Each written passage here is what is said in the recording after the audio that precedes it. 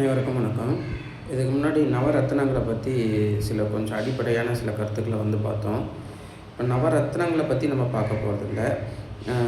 நவரத்தினங்களை தேர்வு செய்கிற முறைகள் பல விதங்கள் இருக்குது. அதை பற்றி நம்ம தெரிஞ்சுக்க போகிறோம். நம்மளுடைய ஜாதகத்தின் அடிப்படையில் தான் இந்த நவரத்தினங்களை நம்ம கணிக்கிறோம்.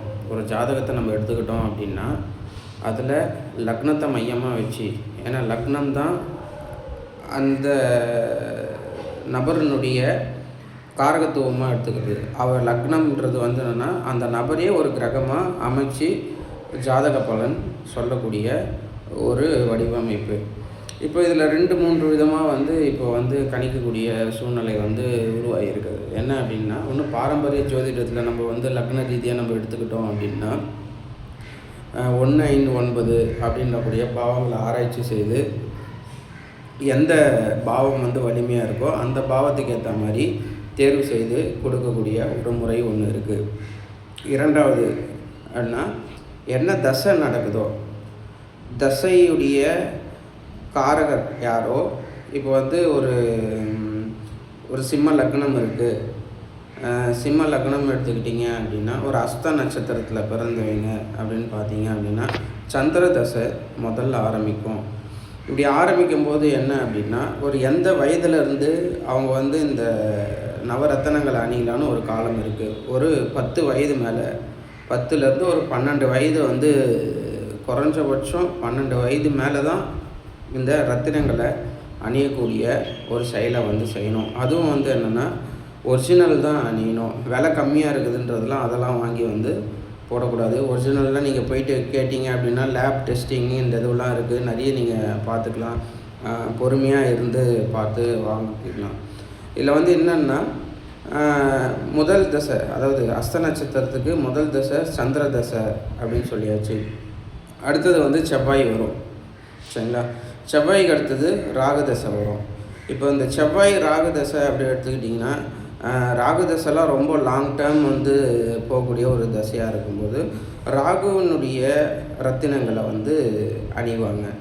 ராகுவுடைய ரத்தினம் எது அப்படின்னா கோமேதகம். இந்த கோமேதக கல்லை அணிஞ்சிக்கிட்டாங்க அப்படின்னா அந்த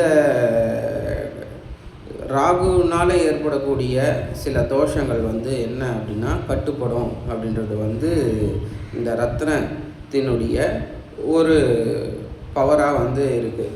ஏன்னா நம்ம கோவில்கள்லேயே நீங்கள் பார்த்தீங்க அப்படின்னா விக்கிரகங்களுக்கு அடியிலலாம் பார்த்தீங்கன்னா நவரத்தினங்களை வைத்து தான் கிரக பிரதிஷ்டையே செய்கிறாங்க. அந்த விக்கிரக பிரதிஷ்டையே செய்கிறாங்க. அப்படி இருக்கும். இன்னொன்று வீட்டில் நம்ம எடுத்துக்கிட்டோம்னா நிலை வைக்கும் போதும் பார்த்திங்கன்னா நவரத்தினங்களை வைத்து தான் என்ன பண்ணுறாங்க அப்படின்னு பார்த்திங்கன்னா அந்த வாசக்காலை வைக்கிறாங்க. இஸ்லாத் மார்க்கத்தில் இருக்கக்கூடிய பல பேர்கள் நீங்கள் எடுத்துக்கிட்டீங்க அப்படின்னா, நம்ம இந்து, கிறிஸ்டின் இந்த இதுவெல்லாம் விட்டுருங்க, நவரத்தினங்களை அணியக்கூடிய ஒரு பாவனை எல்லா நாட்டுகள்லேயும் இருக்குது. ஆனால் அது வெவ்வேறு விதமாக இருக்குது. வெளிநாட்டுகளெல்லாம் நீங்கள் எடுத்துக்கிட்டீங்க அப்படின்னு பார்த்தீங்கன்னா அவங்க பார்த்தீங்கன்னா நிறைய உபரத்தினங்களை பற்றி பேசுவாங்க. ஒரிஜினல் சில ரத்தினங்களில் நீங்கள் பார்த்தீங்கன்னா ரூபியை போடக்கூடிய நபர்கள் இருக்காங்க, வைரத்தை போடக்கூடிய நபர்கள் இருக்கிறாங்க. இஸ்லாத் மார்க்கத்தில் நிறைய பேர் பார்த்தீங்க அப்படின்னா பச்சை கலரை விரும்பி போடக்கூடிய நபர்கள் இருக்காங்க. அதாவது மரகத பச்சை ஒரிஜினலும் போடுவாங்க. அதனுடைய என்ன சொல்கிறது, ஹீட்டர் ட்ரீட்மெண்ட் கொடுத்து இருக்கக்கூடிய கற்களும் போடுங்க. நார்மலான சில பச்சை நிறத்தில் இருக்கக்கூடிய கற்களை போடக்கூடிய நபர்கள் நிறைய பேர் நானே பார்த்துருக்கேன். நம்மளுடைய இந்த இந்தியாவில் இந்து மதத்தில் இருக்கக்கூடிய நபர்கள் பார்த்தீங்க அப்படின்னா நிறைய பேர் நார்த் சைடும் சரி இந்த பக்கத்தில் இருக்கக்கூடிய நபர்களும் பார்த்தீங்க அப்படின்னா இந்த 9 கிரகங்களுக்கு இருக்கக்கூடிய ரத்தினங்களை மட்டும்தான் அணியக்கூடிய ஒரு அமைப்பாகவும் இருக்குது.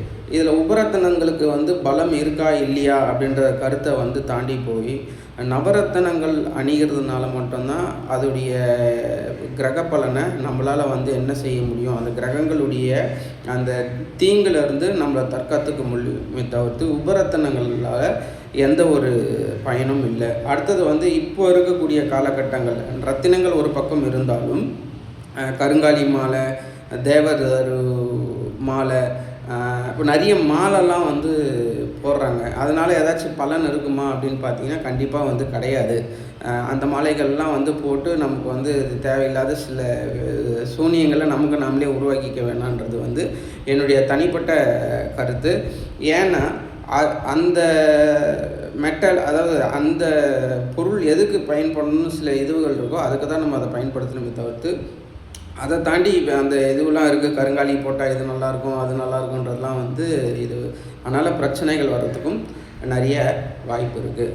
இப்போ இந்த ராகுதசை நடக்கும்போது இந்த கோமேதகம் போடலாம் அப்படின்ற ஒரு விஷயம் வந்து சொன்னேன். இப்போ இந்த ராகுதசை முடிஞ்சதுக்கப்புறம் என்ன அப்படின்னு பார்த்தீங்க அப்படின்னா, அந்த கோமேதகத்தை வந்து நீங்கள் ஏதாச்சும் ஒரு கோவிலில் வந்து போட்டுடுற மாதிரி இருக்கும். அதாவது உண்டியலில் வந்து அந்த ரத்தினங்களை வந்து அந்த திசையினால் ஏற்படுத்தக்கூடிய அந்த ஒட்டுமொத்தமான வீரியத்தை தாங்கினதுனால வந்து அப்படி பார்த்திங்கன்னா, அது நம்ம வந்து வீட்டில் வேறு யாருமே வந்து அணியக்கூடாது. அணிந்தால் அது அவங்களுக்கு அது ஒத்து வராது. ஆனால் இப்போ இந்த ரத்தின பரிச்சயத்தில் இப்போ நம்ம வந்து அந்த பரிச்சயம் செய்து நம்ம தேர்வு செய்து கொடுக்கறதுனால ஒரு பிரச்சனை என்ன அப்படின்னு நம்ம பார்த்தோம் அப்படின்னா, அது விலை உயர்ந்த கற்களாக இருக்கும். நம்ம சாதாரணமாக வாங்கி அணியவும் முடியாது. அப்படி அணியக்கூடிய ஒரு சூழ்நிலை வந்தது அப்படின்னா, அந்த ரத்தினங்கள் வந்து இந்த திசைக்கு நம்ம தேர்வு செய்து போட்டோம் அப்படின்னா, அந்த திசை முடிந்ததுக்கப்புறம் கோவில் உண்டியலில் வந்து நம்ம அதை செலுத்திடுற மாதிரி இருக்கும். சிலது நம்ம வந்து பார்த்திங்க அப்படின்னா வெள்ளியில் போடுற மாதிரி இருக்கும், சிலது வந்து தங்கத்தில் போடுற மாதிரி இருக்கும். நம்மளுடைய பொருளாதார சூழ்நிலைன்னு ஒன்று இருக்குது இல்லைங்களா? அதனால தான் வந்து என்னென்னா, நவரத்தினங்களை வந்து தேர்வு செய்யும்போது ரொம்ப கண்டிப்பாக வந்து நல்ல ஒரு ஆலோசகர்கள்கிட்ட கேட்டு தெரிஞ்சு அதை வந்து நீங்கள் போட்டுக்கிறதுன்றது வந்து நல்லது. அடுத்தது வந்து நம்ம இப்போ போட்டுக்கிறோம், லைஃப் லாங் போட்டுக்கிறதுக்குன்னு சில ஸ்டோன்ஸ் வந்து இருக்கும். அவங்களுடைய ஜாதகத்தை வந்து ஆராய்ச்சி பண்ணும்போது இருக்கும். அது லக்னத்தை மையமாக வச்சு தான் வந்து நம்ம வந்து செய்வோம். இது பாரம்பரிய ஜோதிடத்தை மையமாக வச்சு சொல்லக்கூடிய இது. ஒரு தசை இருக்குது அப்படின்னா, அந்த தசைக்கும் வந்து நம்ம என்ன பண்ணலாம் அப்படின்னா, அந்த தசைக்குரிய கிரகங்கள் வந்து மறைவு ஸ்தானத்தில் இருக்கும்போது அந்த மறைவு ஸ்தானத்துக்கான ரத்தினங்களை வந்து தேர்வு செய்து போடலாம். சில பேருக்கு வந்து நீங்கள் எடுத்துக்கிட்டீங்க அப்படின்னா, திருமணம் ஆகியிருக்கும், குழந்தை இருக்காது. இதுக்கு என்ன ரத்தினம் தேர்வு செய்யலாம் அப்படின்னு ஒரு கேள்வி கேட்டோம் அப்படின்னா, நான் வந்து சொல்கிறது வந்து பவழத்தை வந்து சொல்லுவேன். பவழத்தை வந்து பார்த்தீங்க அப்படின்னா, அது வந்து குழந்தை பேரை வந்து உருவாக்கக்கூடிய அந்த வலிமை வந்து பவழத்துக்கு வந்து இருக்குது. அதே மாதிரி வந்து நீங்கள் எடுத்துக்கிட்டிங்கன்னா, குருவும் கூறிய புஷ்பரகமும் வந்து எடுத்துக்கலாம். ஒரிஜினல் வந்து ஒரு மாதிரி வெள்ளை கலரில் வந்து அது இருக்கும். லைட்டாக வந்து பார்த்திங்கன்னா அந்த எல்லோ ஷேடு வந்து உள்ளே வந்து இன்க்ளூஷன் ஆகிருக்கும். அந்த மாதிரி இருக்கக்கூடிய புஷ்பரகத்தை வந்து அணியும் போது பார்த்திங்கன்னா அவங்களுக்கு அந்த குழந்தை பேர் வந்து உருவாகும். அதுக்கப்புறமேட்டு வந்து நீங்கள் வந்து அதை காட்டி வச்சுக்கலாம். பெண்களாக இருந்தால் நீங்கள் வந்து கடைசி வரைக்கும் அந்த பவழத்தை வந்து பயன்படுத்தலாம். ஆண்கள் வந்து அவங்களுடைய ஜாதகத்தை வந்து ஆராய்ச்சி பண்ணி அது போட்டிருக்கலாமா வேணாமா அப்படின்ற ஒரு நம்ம கருத்துக்குள்ளே வந்து கொண்டு வரணும். அடுத்து இப்போ நாடி ஜோதிடம் பார்க்கக்கூடிய நபர்களும் வந்து இருக்காங்க. நாடியை நீங்கள் எடுத்துக்கிட்டீங்க அப்படின்னு பார்த்தீங்கன்னா, அதாவது நாடி ஜோதிடத்தை எடுத்துக்கிட்டீங்க அப்படின்னா, அதில் வந்து பார்த்தீங்க அப்படின்னா உயிர் காரகத்துவம், அதாவது நம்ம எப்படி இதில் லக்னம்னு பார்க்குறோமோ அதில் ஆண்களாக இருந்தால் குருவை எடுத்துப்பாங்க, பெண்களாக இருந்தால் சுக்கிர பகவானை வந்து எடுத்து ஜாதகத்தை வந்து கணிப்பாங்க. குருவை மையமாக வச்சு 1, 5, 9 இருக்கக்கூடிய கிரகங்களை வந்து தேர்வு செய்கிற ஒரு முறை வந்து இருக்குது. இது ஆண்களுக்கு. பெண்களாக இருந்தாங்கன்னா சுக்கிரனை மையமாக வச்சு 1, 5, 9 இந்த பாவங்களில் என்ன கிரகங்கள் இருக்கோ அதுக்கு ஏற்றாறு போல் அவங்க வந்து என்ன பண்ணுவாங்க அப்படின்னா இந்த ரத்தினங்களை வந்து தேர்வு செய்வாங்க. இன்னொன்று வந்து நம்ம எடுத்துக்கிட்டோம் அப்படின்னா, இந்த ரத்தினங்கள்னால நமக்கு நற்பலன்கள் நடக்குதா இல்லையா அப்படின்னு ஒரு கேள்வி கேட்டோம். உண்மையிலே அது வந்து நல்லது நடக்க தான் செய்யுது. ஆனால் வந்து அதோடைய ஒரிஜினல் வாங்கி நம்ம போடணும். இப்போ சாதாரண கற்கள் ஒரு 2000 3000 அந்த இதெல்லாம் இருக்குது அப்படின்னா அதில் எந்த ஒரு பலனும் இல்லை. அதுக்கு நீங்கள் வாங்கி பயன்படுத்துறதுக்கு பயன்படுத்தாமலே வந்து இருக்கலாம். நான் இப்போ பேசுகிறது வந்து நவரத்தினங்களை பற்றி மட்டும்தான் நான் வந்து பேசுகிறேன். அப்போது தேர்வு செய்யக்கூடிய முறைகளில் வந்து நம்ம என்ன முதன்மையாக எடுத்துக்கலாம், இத்தனை வழிகள் இருக்கும்போது எதை முதன்மையாக எடுத்துக்கலாம் அப்படின்னா, ரொம்ப வசதி படைத்தவங்களுக்கு ஒரு விதமாகவும் நம்ம ஒரே ஒரு கற்களை தான் போடணும் அப்படின்னு இருக்கும்போது நம்ம என்னென்னா லக்கணத்தை மையமாக வைத்து தேர்வு செய்து போடுவது தான் சால சிறந்தது. இதுக்கு அடுத்தது கொஞ்சம் வசதி இருக்கிறவங்க என்ன பண்ணலாம் அப்படின்னா, லக்னத்துக்கு மையமாக வைத்து போடக்கூடிய ஒரு கற்களை தேர்வு செய்யலாம். இரண்டாவது, லக்னத்திற்கு உதவி செய்யக்கூடிய கற்களையும் சேர்த்து தேர்வு செய்யலாம். மூன்றாவது, தசாவை மையமாக வைத்து தேர்வு செய்யக்கூடிய கற்களும் இருக்குது. இது எப்படி அணிவது, அதாவது ஒரு ரத்தினம் வாங்கிட்டோம் அப்படின்னா அதை அப்படியே போட்டுக்கிட்டே இருக்கலாமா அப்படின்னா இது ஏதாச்சும் வழிமுறைகள் இருக்கா அப்படின்னா சில வழிமுறைகள்லாம் இருக்குது. இரவு நேரங்களில் இந்த ரத்தினங்கள் போட்டிருக்கிறத கழட்டி பூஜை அறையில் வச்சுட்டு மறுபடியும் காலையில் குளித்து முடிச்சதுக்கப்புறம் இந்த ரத்தின பதித்த அந்த மோதிரத்தை போட்டுக்கிறது நல்லது. ஒரு ரத்தினத்துக்கும் ஒரு விரல்கள் இருக்குது. இந்த இருக்கக்கூடிய 9 ரத்தினங்களில் பார்த்திங்கன்னா ஒளியை உள்வாங்கி உடலுக்கு கொடுக்கக்கூடிய ரத்தினங்கள் இருக்குது. ஒளியை சிதறடிக்கக்கூடிய ரத்தினங்கள் இருக்குது. அதாவது நம்மக்கிட்ட இருக்கக்கூடிய தேவையற்ற சில இதுகளை வெளியேற்றக்கூடிய சில ரத்தினங்கள் இருக்குது. ஒரு எடுத்துக்காட்டு அப்படின்னு நம்ம எடுத்துக்கிட்டோம் அப்படின்னா பவழம், முத்து, வைடூரியம்னா ஒளி சிதறல் ஏற்படுத்தக்கூடிய ரத்தினங்களாக இருக்கும்.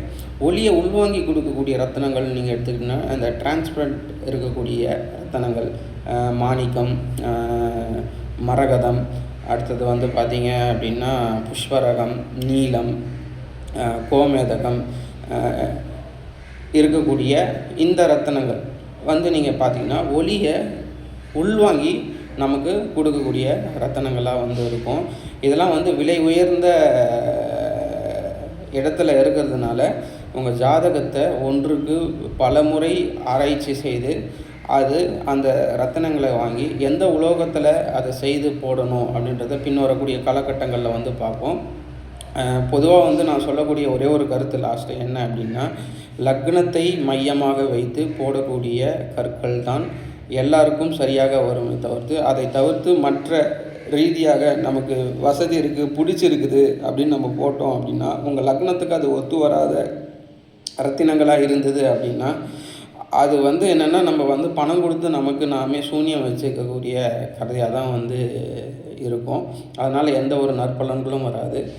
மேலும் இந்த ரத்தினங்களை தனித்தனியாக எந்தெந்த லக்னத்திற்கு என்னென்ன ரத்தினங்கள் போடலாம் அப்படின்றத தனித்தனியாக நான் பதிவிட போகிறேன்.